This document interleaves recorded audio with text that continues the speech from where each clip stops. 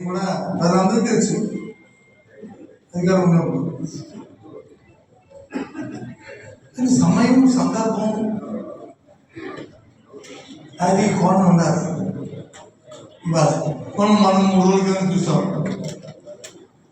4 రోజులు అంటే మా నర్సీపట్నం మెడికల్ కాలేజీ, మా విజయనగరం మెడికల్ కాలేజీ, ఇలాంటి 10 కాలేజీని దీనికి ప్రైవేట్ సంస్థకి ఇచ్చడానికి తయారు చేయాలంట.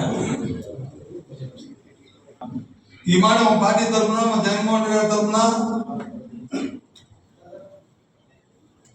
చెప్తున్నాం.